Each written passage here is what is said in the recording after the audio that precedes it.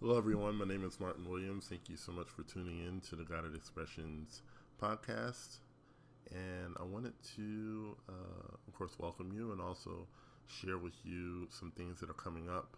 I am doing the Blueprint course live. The first edition of the Blueprint course is going to be a beta. It's going to be live. It's going to be delivered over Zoom. And I'm very excited about the potential of the course. I'm excited about reaching so many people, not just around the country, but around the world. And that course will be delivered tentatively on July 15th. If you haven't signed up, please do at guidedexpressions.com. You can also sign up at my Teachable page, and I'll put that link in the description box. And I will offer this course at a one-time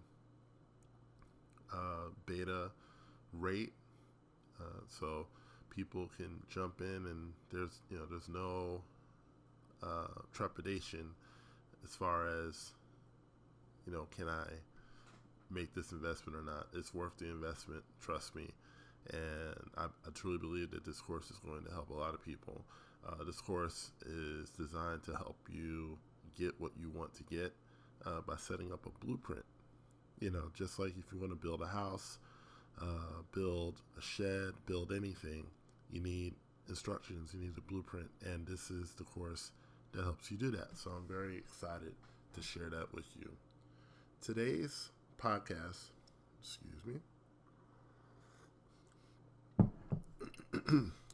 Today's podcast is on practicing extreme appreciation, and I'm going to go a couple of different places. I might jump around a little bit, but the core message, the thrust of the podcast, if you will, is extreme appreciation.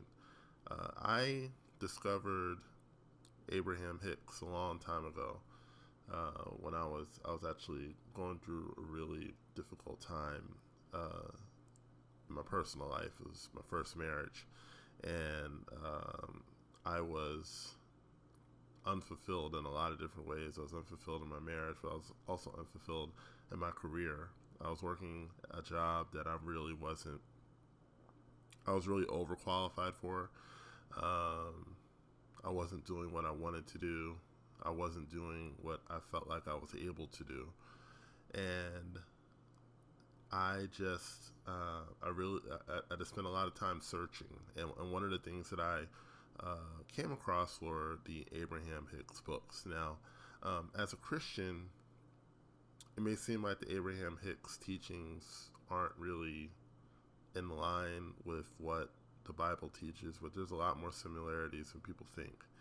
And I'm a firm believer that you don't have to subscribe to 100% of what anyone says.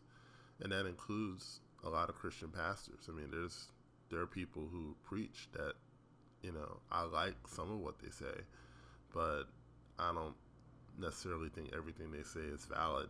I think a lot of times what we end up saying is, or what we end up speaking about is a mixture of, what we were taught and then also our beliefs. And I think a lot of times people's beliefs get mixed in what they teach. Anyway, I don't want to get too far off in that.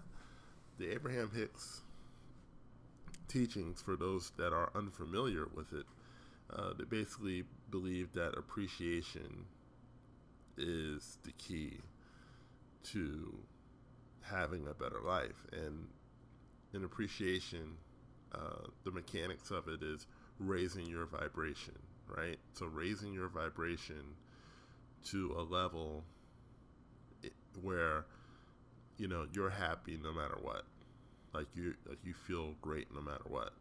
And even though your facts may not line up with that, there is something about living at a certain level of vibration. You could say it like this: if you look at a department store, right? I know some of you younger people, don't really go to department stores anymore. But if you look at a department store, right, you have on the first floor you have perfume, and you have women's clothes, and on the second floor you have men's clothes, you have kids' clothes, and then on the third floor you have appliances and furniture and things like that. So if you want furniture, you're not going to hang out on the first floor, right? If you want to buy a chair or buy a table, you're not going to go on the first floor. You're going to go on the third floor. And if you're going to buy perfume, you're not going to hang out on the third floor. You're going to hang out on the first floor. Okay? Vibration is a lot like that, right? At the lower levels of vibration, there's things like sickness, things like lack, bad things happening, things like that. And bad things can happen to anybody, but if you spend most of your time on those lower levels, you tend to experience more of that. And I've found that to be true in my life. When I've been down, or maybe not in the best mood, complaining a lot, bickering a lot, cranky a lot, those are the sorts of things that tend to happen. I tend to not feel well. I tend to not have enough resources for the things I want to do. Things don't really go the way I like them to go. Things that shouldn't have taken such a long time seem to take a long time, so on and so forth, right? But when I'm in appreciation, when I'm feeling great, when I'm saying, oh man, life is awesome, things are really going good for me, it seems like in time things just flow. It's like you enter a state of flow. Instead of trying to make things happen, it just seems like things are happening by themselves. So, there's a lot of truth to what Abraham Hicks teaches. And, what I've learned is that, again, everyone can teach you something, even if that person is not right about everything. They can teach you some things, and I think it's having discernment and understanding, okay, what can I learn from this? What can I pick up from this that will help me in my life? I believe that God sends out deposits of happiness, deposits of good each and every day. It's just that people don't get it. People don't receive the deposits. And they don't receive the deposits because A, they're not looking for them, or B, they move away from where the deposits might be. So let me explain. If people send mail to your house, but you move and you don't leave a forwarding address, okay, that mail is usually going to get sent back, right? So even though it's yours, even though it belongs to you, even though it's your letter, if you're not in position to receive it, you're not going to receive it. And in the same way, I believe that God sends good out to everyone each and every day, but people aren't always in a position to receive it because of their dominant mental attitude, right? Your dominant mental attitude, if it's one of complaining, if it's one of unhappiness, if you're bitter about something, if you're unhappy about something, you're not going to get all of what God has for you because you're out of position. You're always upset. You're always in a foul mood. You're always complaining about something. I want you to understand that no matter how bad your life is, there's someone in the world who would love to have your life. I know that seems impossible to believe for some people, but someone somewhere would love to have your life. They would love to have the children that constantly get on your nerves. They would love to have the spouse or the partner that you have now. They would love to have the job that you can't stand right now. They would love to have the level of abundance that you are living in right now, even though you feel like it's nowhere near enough. They would love to have the level of abundance that you're experiencing. They'd love to have it. They'd love to have the level of stability that you have right now. So it's important that we have context. There's nothing wrong with desiring more, but it's important that we have context as to where we are. And it's important that we have perspective that, especially those of us that live in the States, we live better than most of the people in the rest of the world on a strictly financial level. We live better than most people. We simply do. And it's important that we balance out our desire for more with a level of appreciation and a level of gratitude. And I know a lot of people do gratitude exercises in the morning. I do gratitude and appreciation exercises, and that's good. But I think it's even more advantageous to live in a lifestyle of appreciation and a lifestyle of gratitude, almost practicing extreme gratitude. What do I mean by extreme gratitude or extreme appreciation? Just taking notice of the little things, and instead of saying, oh, that's a tree over there, look at that tree, right? Looking at that tree and then just really getting lost in the wonder of the tree. Like, how amazing is that tree, right? How amazing is it that this tree, is able to weather all kinds of storms, all kinds of weather, all kinds of conditions. How amazing is this tree that it can provide food for animals, and in some parts of the world provide food for us. And how amazing is this tree that it gets nutrients from the ground, and that it produces oxygen for us as well. Produces a way for us to breathe and live. Just getting lost in things that you see. And if you don't know all that stuff, looking it up. Just going to Google and looking up trees, and looking up clouds, and looking up airplanes and cars, and everything that went into making those things, so that we could not only use them but enjoy them. Practicing extreme appreciation is such a beautiful technique because it's free of charge. It doesn't cost you anything. It doesn't cost you anything to appreciate more things. And the payoff is so huge. When you are in appreciation, constant appreciation, you have a way of, really just living at such a higher level than you're currently living. And, you live at such a higher level of appreciation that, the things that you really are desiring, the things that you really do want, they have a way of just flowing to you so much easier because you're on the right floor, right? You're much more likely to see a chair on the third floor than you are the first floor. And in the same way, you're much more likely to experience abundance when you're in appreciation versus complaining. So it's important that we practice extreme appreciation whenever and wherever we can. There was a story I wanted to talk about. There was a time when I was working for a company named Vanguard, and Vanguard does investments. They're one of the top investment companies in the world, and I was kind of on the lower level of the company. I was basically processing transactions.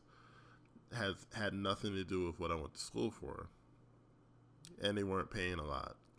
And so I did that job, to keep a roof over my head. And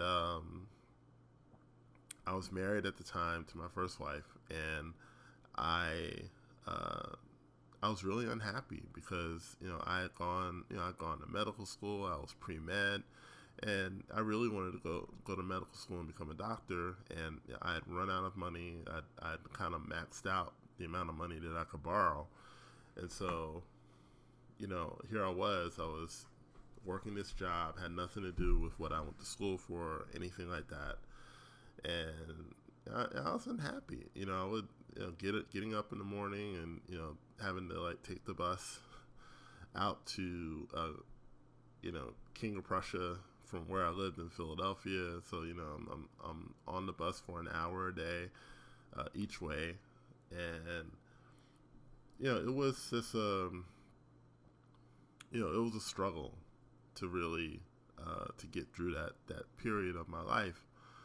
But something happened, and I think it was I was reading Louise Hay, and she was talking about blessing things around you with love, right? And so she said that if you're at a job that you don't like, bless that job with love, bless the people there, and you will be moved to something better. So I said, okay, all right, I'm gonna try this. So one day I went in and I conjured up a scenario where this job was like my dream job. Like I this was the job that I dreamed of having, right? This processing job. And I just dreamed that, this is the job that I really wanted. And so I just conjured up this scenario in my mind that, yeah, this is it. Like, this is my dream job. And so I went into work and I just started working as if this was it. Like, this was what I went to school for. This was where I wanted to end up. And it's like the job just got so much easier. It was amazing how easy the job got. And, people were, my supervisors were saying, wow, you're really working so fast right now. And, it was just, the job just seemed like a breeze. And I went from hating the job to enjoying it. And I went from hating the commute to enjoying it because this was my dream job. Like I didn't care about the commute anymore. I didn't care about any of that. I embraced where I was, and there's something about embracing and enjoying where you are. When I lived in some pretty cool places. I lived in Virginia Beach for a number of years. I also lived in Orlando, Florida for about a year, and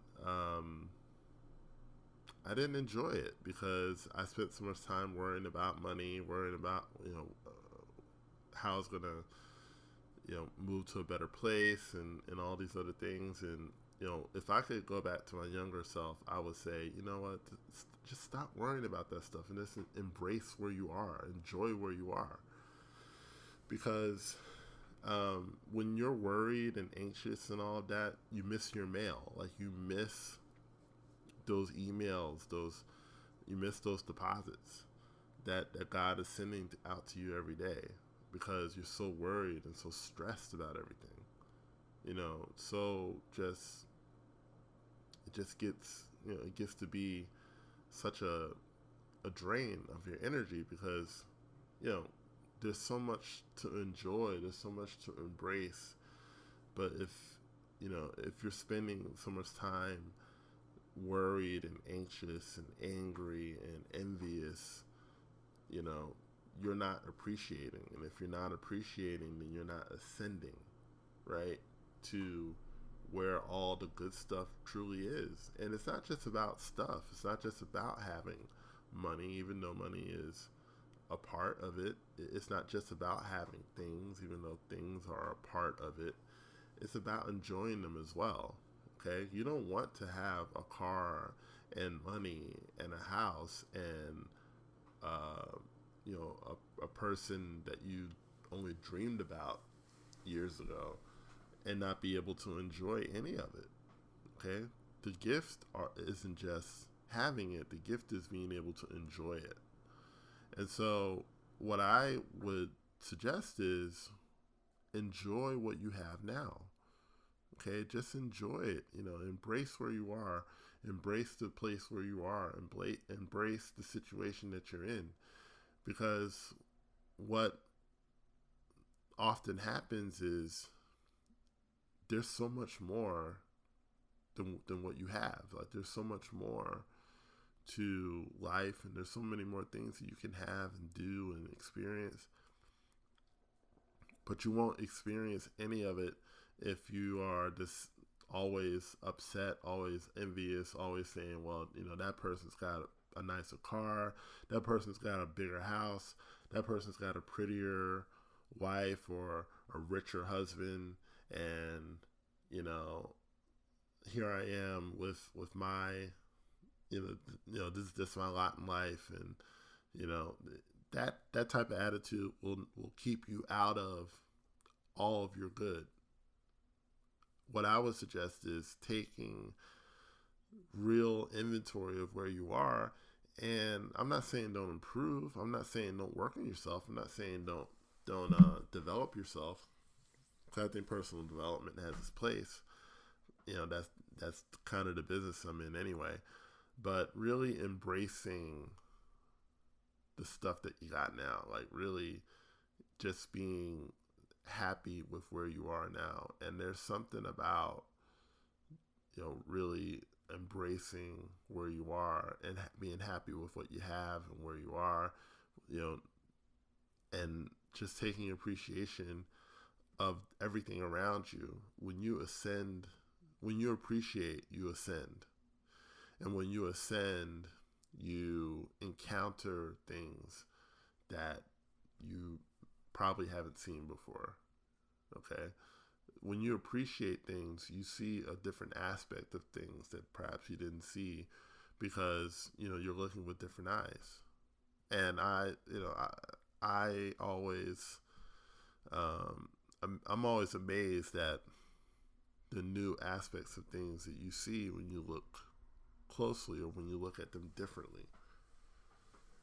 So, my challenge to you, today, this week, is to start practicing extreme appreciation. Just go all out. Now, some people might think you're going to be a little weird, but that's okay. I mean, some people might think I'm weird anyway. That's fine. I'll take that. I'll accept that because, for me, I think it's the key to really enjoying life the way that it was meant to be enjoyed. I think life was meant to be enjoyed. Life was meant to be embraced, and the way you enjoy it and you embrace it is you start appreciating the little things. Appreciate the smile that an employee gives you when you go into the store. Appreciate if someone helps you with your bags. Appreciate that. Appreciate the fact that you can go to a store and just buy what you need, and appreciate that you don't have to climb a tree and get that orange. You can just go to the store and get that orange and walk out, after paying for it. And, appreciate the internet, and appreciate being able to, connect with people that you may never meet in person, but, you're able to connect with them because of this thing called the internet, because of social media. And, I know there's a lot of negativity on social media, that, there's a lot of trolls and things like that. But when you appreciate, and when you learn to appreciate, and you learn to ascend, you will encounter less trolls because they're not in the same vibration that you are. Okay, some of these people, their whole job is to make other people miserable. Okay, so the more you appreciate, the less you run into those types of people, which is an added benefit. And, you can, pray for them and pray that they become enlightened and, they learn to have a greater purpose in life than their current one.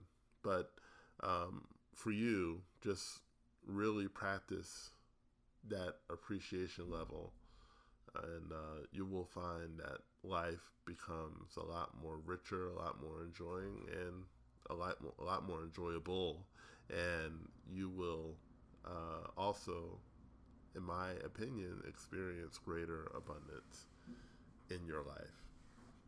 So I want to thank you for listening. Thank you for taking the time to listen to this podcast. I hope it was helpful to you. I hope that it helps you in some way. If it does help you in some way, listen over and over again. And also, please share. Share with friends, share with loved ones, and hopefully that they get something out of it as well. My name is Martin Williams. Again, thank you for tuning in. Don't forget to subscribe to the podcast. I forgot to say that at the beginning. Subscribe to the podcast at Apple Podcasts, also SoundCloud and YouTube, and Spotify as well. And also don't forget that the Blueprint Live is coming. And when I have a firm date, I will let you know. And I hope to see you there. And until then, thank you. God bless.